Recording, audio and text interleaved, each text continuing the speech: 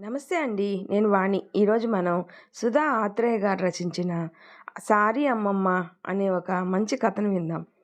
అమ్మ వెళ్ళొస్తానే అని కూతురు, అల్లుడు, మనవరాలు పండగ ముగించుకొని వెళ్తుంటే మనసంతా ఏదో వెలితి.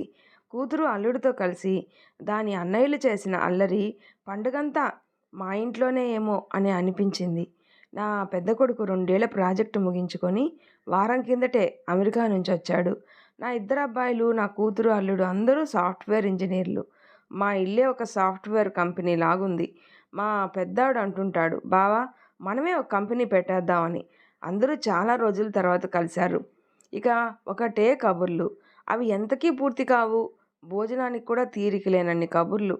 ప్రేమగా మందలించి బలవంతాన లేపాలి. వారి నాన్నకు పిల్లల ముచ్చట్లు అర్థం కాకపోయినా అబ్బో ఏదో పెద్ద సంబరం. మధ్య మధ్యలో కబుర్లు చెప్పుకొని అలసిపోతారేమో అని పండ్లు, పలహారాలు అన్నీ ఉన్న చోటకే సప్లియర్ పని అందుకున్నారు వాళ్ళ నాన్న. మొత్తానికి నా భాగ్యం అందరినీ ఒప్పించింది బెంగుళూరుకు మారిపోవడానికి. దానికి బిడ్డ పుట్టడంతో ఒక ఏడాది పాటు సెలవు తీసుకుంది. ఇప్పుడిక సెలవులా అయిపోయాయి. మనవరాలి ఆలనా పాలనా కోసం మమ్మల్ని బెంగుళూరుకు వచ్చేయమని. ఎటూ నా కొడుకులిద్దరూ బెంగుళూరులోనే ఉద్యోగం. మళ్ళీ అందరూ కలిసి ఉండొచ్చు అన్నది దాని ప్లాను. ఈయన టీచర్గా రిటైర్డ్ అయ్యారు. నాకు ఏ అభ్యంతరము కనిపించలేదు.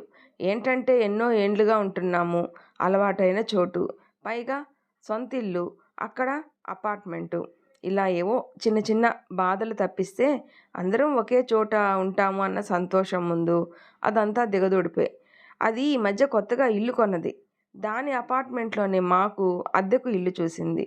ఇంకో నెలలో మదనపల్లి వదిలి బెంగుళూరు నివాసం. అందుకే ఎన్నో ఏళ్లు బట్టి ఉంటున్న ఊరు వదిలి వెళ్తున్నందుకు పండగ ఇక్కడే ఘనంగా చేసుకోవాలి అనుకున్నాం. అనుకోకుండా మా పెద్దాడు కూడా సరైన సమయానికే వచ్చాడు. మా పెద్దాడికి పెళ్లి వయసు వచ్చింది. పిల్లను చూసే బాధ్యతను కూడా వాళ్ళకే అప్పచెప్పాను.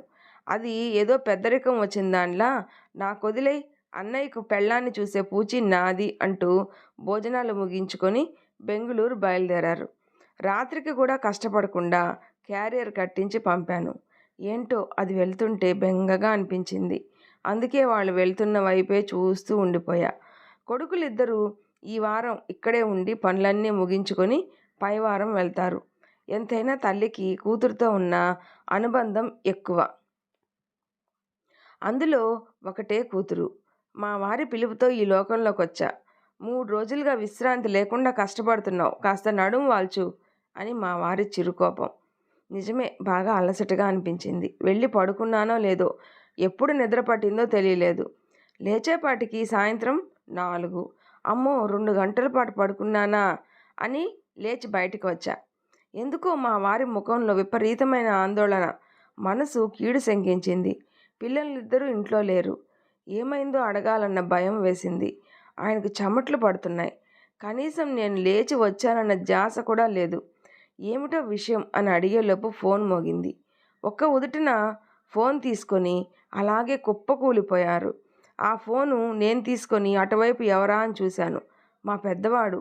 ఏమైంది అని అడిగిన నాకు సమాధానం ఇవ్వకుండా నువ్వు నాన్న ఇప్పుడే రండి అని ఫోన్ పెట్టేశాడు. ఈలోపు చిన్నవాడు కారు తీసుకుని వచ్చాడు. ఏమైందో ఎవ్వరూ చెప్పటం లేదు. మనసుకు ఏదో లీలగా అనిపిస్తుంది. కళ్ళు వర్షిస్తున్నాయి. మాట పెగలటం లేదు.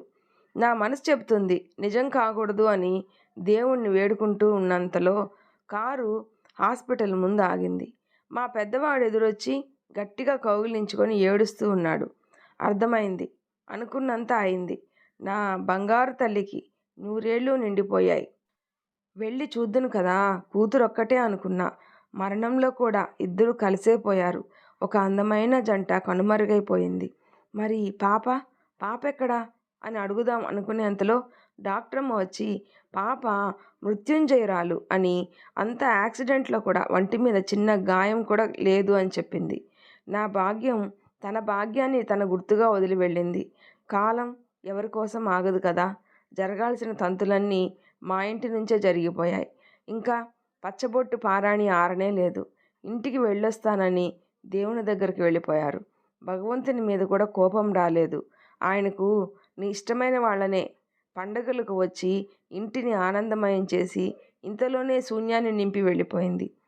వియ్యంకులు పాప బాధ్యతను నాకే ఇచ్చారు. నాకు కావాల్సింది అదే. ఈ విషయంలో ఎవరు కాదన్నా వినకూడదు అనుకున్నా. కానీ అందరూ సంతోషంగా ఒప్పుకున్నారు. అమ్మమ్మను కాస్త అమ్మనయ్యాను. 10 నెలల పసికందు అమ్మ కోసం వెతుకుతున్నట్టు దిక్కులన్నీ చూసేది. ఏమిటో ఏమీ తెలియని పసి హృదయం. కాలం కౌగిలిలో ఒక చరిత్ర ముగిసింది మరో చరిత్రకు అంకురార్పణ చేస్తూ. వియ్యంకుల సలహా మేరకు బెంగుళూరులో భాగ్యం ఇంట్లోనే మేము. తానొకటి తలిస్తే దైవం ఒకటి తలుస్తుందని వారు ఎంతో అపురూపంగా కట్టుకున్న ఇంట్లో మేము. విధిని తప్పించడం సాధ్యమా? క్షణం కూడా మరుపుకు రావట్లేదు. మరవడం అసాధ్యం. కేవలం పోయిన వాళ్లతో పోలేము కాబట్టి ఈ జీవయాత్ర కొనసాగించాల్సిందే. వియ్యంకుల వారి మంచితనం, అల్లుడి సంపాదనను మొత్తం నా చిన్ని భాగ్యానికే రాసి దాని గార్డియన్గా మా పెద్దవాడిని చేశారు. చిన్నీకి నేనే అమ్మ, అమ్మమ్మ. పిల్లను అల్లారు ముద్దుగా పెంచుతున్నాం. పెద్దవాడికి సంబంధాలు వచ్చినంత వేగంగా వెనక్కి వెళ్ళిపోతున్నాయి. చిన్ని బాధ్యత మీద పడుతుందేమోనని నేను మా వాడితో చెప్పా.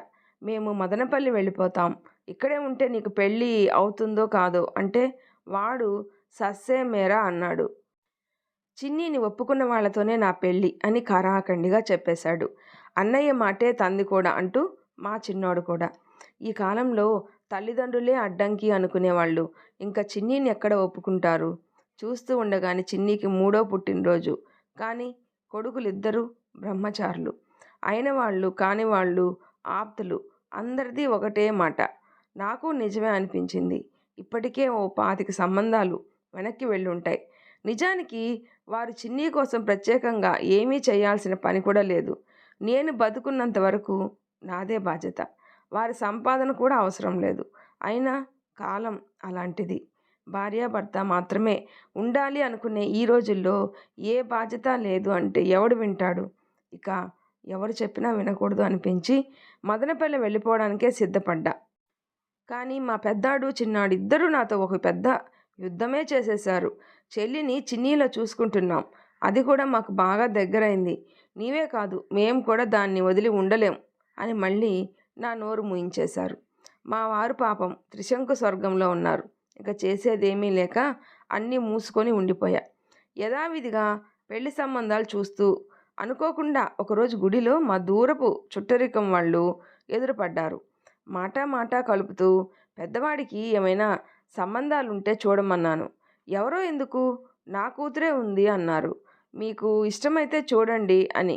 కానీ కట్న కానుకలు అవి ఇచ్చుకోలేము అన్నాడు. ఇప్పుడు కట్న కానుకలు ఎవరికి కావాలి? పిల్ల బాగుండి చిన్నీని కూడా ఒప్పుకుంటే చాలు అని చిన్ని విషయం చెప్పాను. వారు సంతోషంగా ఆమోదించారు. ఒకసారి పెళ్లి చూపులకు రమ్మన్నారు. పెళ్లి చూపుల్లో తెలిసిన విషయం ఏమిటంటే వారు బాగా చితికిపోయినప్పుడు అయిన వాళ్ళు కూడా ఆదుకోవడానికి నిరాకరిస్తే మా నాన్న చేయూత వల్ల వారు ఈరోజు ఇలా ఉన్నాము అని చెప్పి ఇవాళ వారింటికి పిల్లనిచ్చే భాగ్యం వచ్చినందుకు సంతోషపడ్డారు. పెద్దవాళ్ళు ఎప్పుడో చేసిన పుణ్యం ఈరోజు నాకు ఉపయోగపడింది. మనసులోనే మా తండ్రికి పాదాభివందనం చేసుకున్నాను. వారిది అభిమానం.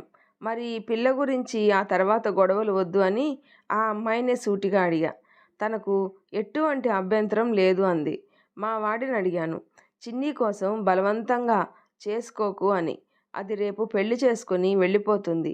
కలకాలం ఉండాల్సింది మీ ఇద్దరు కాబట్టి నచ్చితేనే చేసుకో, లేకపోతే ఇంకా చూద్దాం అన్నాను. వాడు తనకు నిజంగానే నచ్చింది అని చెప్పాడు. ఆ మాట వినగానే నిర్జీవమైన నా శరీరంలోకి జీవం వచ్చింది అనిపించింది. మా వాడి పెళ్ళి అనుకున్నట్టుగా కుదిరినందుకు చాలా సంతోషంగా అనిపించింది. ఇదే సంతోషం అనుకున్నంతలో అతను వచ్చి మా తమ్ముడి కూతురు కూడా పెళ్ళిడికి వచ్చింది. మీ చిన్నబాబుకు పెళ్లి చేసేటట్టయితే చూస్తారా అని అడిగాడు. జాతకం ఇస్తాను అన్నాడు. ఏ జాతకం వద్దు, పిల్ల ఉంటే ఇప్పుడే చూపించండి. ఇద్దరికీ నచ్చితే అంతకన్నా ఏం కావాలి అన్నాను. చిన్నోడికి కూడా అదే చెప్పాను, బలవంతం లేదు అని. ఇద్దరు నచ్చడంతో ఒకే వేదిక ఒకే ముహూర్తానికి పెళ్ళిళ్ళు జరిగిపోయాయి. శుభకార్యాల కరువుతో అల్లాడిపోతున్న మా ఇంట్లోకి ఒకేసారి వసంతం వచ్చినట్టు అనిపించింది. ఓ శుభముహూర్తాన అక్కా చెల్లెళ్ళు కాపురానికి వచ్చారు. భగవంతుని దయ వల్ల కోడళ్ళిద్దరూ ఉత్తములు. చిన్నీని వారు కూడా చాలా అపురూపంగా చూసుకుంటున్నారు. ఏ గొడవ లేకుండా అందరం ఒకే ఇంట్లో. చిన్ని కాని లేకపోతే ఇది సాధ్యపడేది కాదేమో. పెద్దాడింట్లో కొన్ని రోజులు, చిన్నాడింట్లో కొన్ని రోజులు ఉండాల్సి వచ్చేది. చిన్ని వల్లే అక్కా చెల్లెళ్ళు తోడికోడళ్ళు. ఇంకా గొడవలేమీ లేవు. ఒక శుభముహూర్తంలో ఇద్దరూ నీళ్లు పోసుకున్నారు. ఇద్దరికీ కొడుకులే. మళ్ళీ నా ముగ్గురు బిడ్డల్లాగా వీళ్ళు ముగ్గురు. అదే ఆనందంగా. కాలం చాలా వేగంగా తిరిగింది. నా ముగ్గురు పిల్లల్ని చూస్తూ భాగ్య విషాదం నుండి అందరం పూర్తిగా కోలుకున్నాం. ముగ్గురు కాస్త 5 మందయ్యారు. పిల్లలిద్దరూ వారి తండ్రి ముగ్గురు భాగాలేసుకొని లంకంత ఇల్లు కట్టారు. ఒక శుభముహూర్తంలో అందరం కొత్తింటికి వెళ్ళిపోయాం. ఇల్లు ఖాళీ చేస్తున్నప్పుడు నా కూతురు నన్ను వదిలి వెళ్ళిపోతున్నారా అని అడుగుతున్నట్లు అనిపించింది. ఎవ్వరితో దేనితో ఎక్కువ అనుబంధం పెంచుకోకూడదు. సంతోషం కన్నా వేదనే ఎక్కువ. ఇల్లు నిజంగా చాలా సౌకర్యంగా ఉంది. మా పిల్లలిద్దరూ వద్దు అని చెప్పినా వినిపించుకోకుండా వంట మనిషిని కూడా పెట్టేశారు. నిజమే, ఎంత ఒద్దికగా ఉన్నా పని, డబ్బు, ఈ మాయదారి టీవీలతోనే గొడవలు. అందరి రూములకు టీవీలు. అందరూ కలిసి చూడటానికి హాల్లో మరో టీవీ. పని దగ్గర గొడవలు లేకుండా వంటమ్మాయి. ఇక పేచీకి ఏ ఆస్కారం లేదు. కానీ నిజంగా నా కోడళ్ళు ఉత్తములు. ఈ కాలంలో ఎవరుంటారు అని నేను ఒకప్పుడు నొసలు చిట్లించిన దాన్నే. నా కూతురు కాబట్టి వినయ విధేయతలు అని ఒకంత గర్వం కూడా. కానీ నిజానికి నా కూతురు కంటే ఓపిక గలవాళ్ళు నా కోడళ్ళు. మునుపటి మనిషిని అయ్యుంటే కొంత పేచీ వచ్చేదేమో. అమ్మమ్మను అమ్మనయ్యాక నాలోనూ చాలా మార్పు వచ్చింది. జీవితానుభవం పరిణితిని పెంచింది. చూస్తూ ఉండగానే వారాలు నెలలయ్యాయి. నెలలు ఏళ్ళయ్యాయి. చిన్ని పెద్ద మనిషి పండుగ పెద్ద మేనమామలిద్దరూ తండ్రిగాను మేనమామలుగాను 2 బాధ్యతలు సమర్థవంతంగా నిర్వర్తించారు. నా పిల్లలు ముగ్గురిలాగా నా మనవళ్ళు మనవరాలు మధ్య కూడా అదే అనుబంధం. అంతేకాదు అందరూ చదువులో కూడా ఆణిముచ్చాలే. చూస్తూ ఉండగానే కేసెట్ రిజల్ట్స్ వచ్చాయి. చిన్నీకి చాలా మంచి మెడికల్ కాలేజీలో సీట్ వచ్చింది. అందరి ఆనందానికి హద్దులే లేవు. అది బెంగళూరులోనే. ఇది మరీ సంతోషం. వారి తాతగారు తమ మనవరాలు మెడిసిన్ సీట్ తెచ్చుకున్నందుకు కాలేజీకి వెళ్ళడానికి బండి కొనిచ్చాడు. పాపం ఇన్నేళ్లు గడిచినా క్రమం తప్పక వచ్చి వెళ్తారు. ఆనవాయితీగా దసరా పండగకు వారింటికి పిలిచికెళ్తారు. వారి మనవరాలకి ఎక్కడా తక్కువ చేయలేదు. చిన్నీకి తల్లి తండ్రి లేరు అన్న మాటే కానీ వాళ్ళున్నా ఇంతకన్నా గొప్పగా అయితే చూసేవారే కాదు. కానీ నేను ఇప్పుడిప్పుడే బండి మీద వెళ్ళడానికి ఒప్పుకోలేదు. ప్రతిరోజు రోడ్ల మీద ఎన్నో ప్రమాదాలు జరుగుతూ ఉంటాయి. అంత మాత్రానికి రోడ్డు మీదకి వెళ్ళము అంటే ఎలా అని అందరూ నన్ను ఒప్పించారు. అందులోనూ కాలేజీ కూడా మరీ దూరమేమీ కాదు. అందువల్ల నేను కూడా ఒప్పుకున్నాను. చూస్తూ ఉండగానే అది మెడిసిన్ 4వ సంవత్సరంలోకి వచ్చేసింది. మనవాళ్ళు కూడా మంచి కాలేజీల్లో చేరారు. భగవంతుని దయ వల్ల రోజులు ప్రశాంతంగా గడుస్తున్నాయి. ఈ మధ్య నా ఒంట్లో కూడా అంతగా బాగుండటం లేదు. అందుకే మెడిసిన్ అవ్వగానే దాన్ని పెళ్లి చేసేయాలి అని అనుకున్నా. కానీ మామలిద్దరూ అది చదివినంత చదవని, పెళ్ళికి తొందర పెట్టొద్దు అని చెప్పేశారు. ఇన్నేళ్లు చూసుకున్న వాళ్ళు ఇకపై చూసుకోరా, వారిని అనుమానిస్తే దేవుడు కూడా నన్ను క్షమించడు అని అనిపించింది. నేను ఊరుకుండిపోయా. ఇవాళ ఎందుకో మరీ నలతగా ఉండడంతో వెళ్ళి పడుకుండిపోయా. బాగా నిద్ర పట్టేసింది. లేచి బయటకు వచ్చాను. హాల్లో గంభీరమైన వాతావరణం.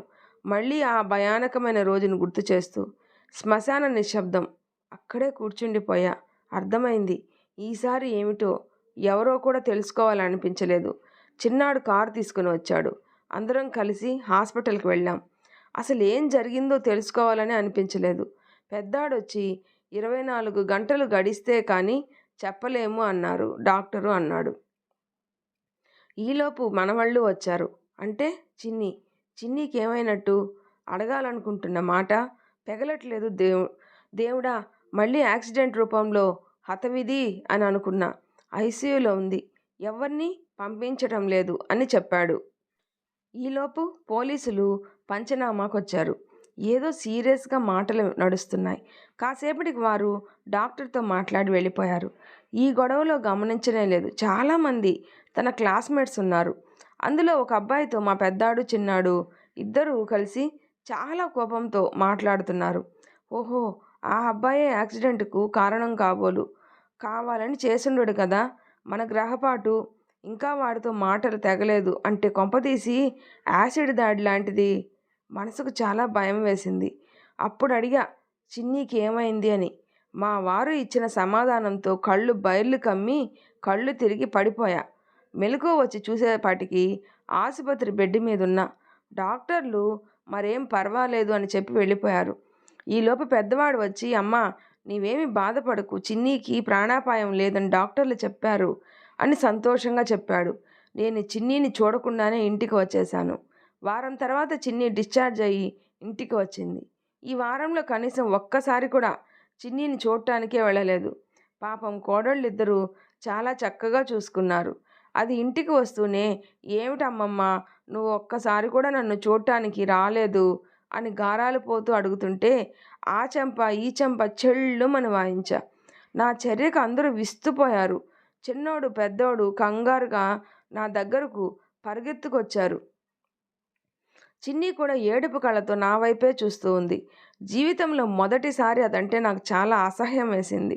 నా కంటి ముందుంటే చంపేస్తాను, నా ముందు నుండి వెళ్ళిపో అని గట్టిగా అరిచాను. అందరూ జడుసుకున్నారు. దాన్ని నన్ను కూర్చోపెట్టారు. నాకు కోపం పిచ్చి స్థాయిలో ఉంది.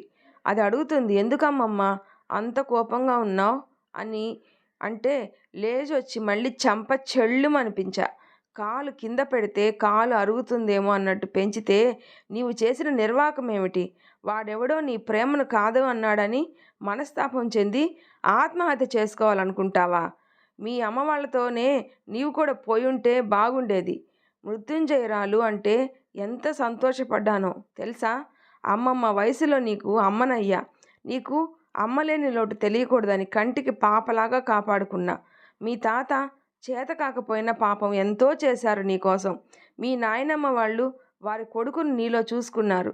మీ మామయ్యలు నిన్ను కాదన్న సంబంధం ఎంత మంచిదైనా కాదన్నారు. నిన్ను ఒప్పుకున్న వాళ్ళనే పెళ్లి చేసుకుంటాము అని. పెళ్ళిడు అయిపోవస్తున్నా అలాగే ఉన్నారు. కానీ నిన్ను కాదన్న వాళ్ళను చేసుకోనే లేదు. మా అందరికీ నీతో రక్త సంబంధం ఉంది. కానీ మీ అత్తయ్యలకు ఏం సంబంధం? తల్లి తండ్రులు లేనిదానివని, వారు తమకు దేవుడిచ్చిన బిడ్డ అని వారి బిడ్డల కంటే ఒక ముద్ద నీకే ఎక్కువ పెట్టారు. మేమంతా అంత విలువలేని వాళ్ళమే నీకు. వాడేదో నీ ప్రేమను కాదు అన్నాడని ఒళ్ళు బలుపెక్కి చావడానికి సిద్ధపడతావా? మరి నిన్ను మేం 25 ఏళ్లుగా కంటికి పాపలాగా గొప్పగా చూసుకున్నా మా ప్రేమకు నువ్వు విలువేమిచ్చినట్టు? నీవు మా ప్రేమకు విలువ ఇవ్వలేదని మమ్మల్ని అందరినీ మూకమ్మడిగా చావమంటావా? ఇంత స్వార్థపరురాలివి అనుకోలేదు. ఛీ, నీ ముఖం నాకు చూపించకు అని భూమి ఆకాశాలు ఏకం చేస్తూ చెప్పా. మా పెద్దాడు సర్ది చెప్పడానికి వచ్చాడు. అది చిన్నపిల్లమ్మ, తనను కాదనేపాటికి ఏదో ఆవేశంలో ఇలా, మరి వయసు అలాంటిది అని సర్ది చెప్తున్నాడు. దానికి అవసరానికన్నా ఎక్కువ ఇచ్చావేమో అనిపించింది. ప్రేమ కూడా ఎక్కువ ఇవ్వకూడదు. అందరూ నచ్చచెప్పడానికి ప్రయత్నిస్తూ ఉన్నారు. అది కూడా నా కాళ్ళు పట్టుకొని క్షమాపణ కోరింది. క్షమించమని అడిగింది. ఇంతమంది త్యాగాలకు, ప్రేమ అభిమానాలకు విలువలేని దాన్ని క్షమించే ప్రశ్నే లేదు అని ఖరాఖండిగా చెప్పేశాను. నేను ఆవేశం తగ్గాక మాట్లాడతానులే అని అంతా అనుకున్నారు. చిన్ని కూడా రోజు క్షమించమని అడుగుతూనే ఉంది. కోడళ్ళు వకాల్తా పుచ్చుకున్నారు. అయినా కొన్ని తప్పులకు క్షమాపణ ఉండదు. నా కంఠంలో ప్రాణం ఉండగా దాన్ని క్షమించను. అది చేసింది ముమ్మాటికి క్షమించరాని తప్పు. వాడెవడో కాదు అంటే నిలబడి వాణ్ణి తల తన్నేవాణ్ణి తెచ్చి చూపాలి. లేదా ఇంతమంది నన్ను ఇష్టపడే వాళ్ళు ఉన్నప్పుడు పోరా అని చెప్పాలి. అంతేకాని ఇంతమంది ప్రేమ ప్రేమే కాదు, వాడిది మాత్రమే ప్రేమ అంటే ఇదా ప్రేమంటే? ప్రేమంటే నా కొడుకులది, నా కోడళ్ళది. చిన్నీది బలుపు. ఏమో అందరూ చెప్తున్నా నా మనసు ఒప్పుకోవటం లేదు. ఏమో రేపెప్పుడైనా కోపం తగ్గొచ్చేమో, మాట్లాడొచ్చేమో. కానీ నా వరకైతే క్షమించే ప్రశ్నే లేదు. కొన్నింటికి క్షమాపణలుండవు అంతే. కానీ తల్లి మనసు అన్నిటినీ క్షమించేస్తుందేమో. చిన్ని తొందరపాటు కూడా అందుకు మినహాయింపు కాదేమో. కాలమే నిర్ణయిస్తుంది. ఈ స్టోరీ మీకు నచ్చినట్లయితే ప్లీజ్ లైక్ చేసి షేర్ చేయండి, సబ్స్క్రైబ్ చేసుకోండి. ఈ స్టోరీ ఎలా ఉందో తప్పకుండా కామెంట్ చేయండి. Thanks for listening.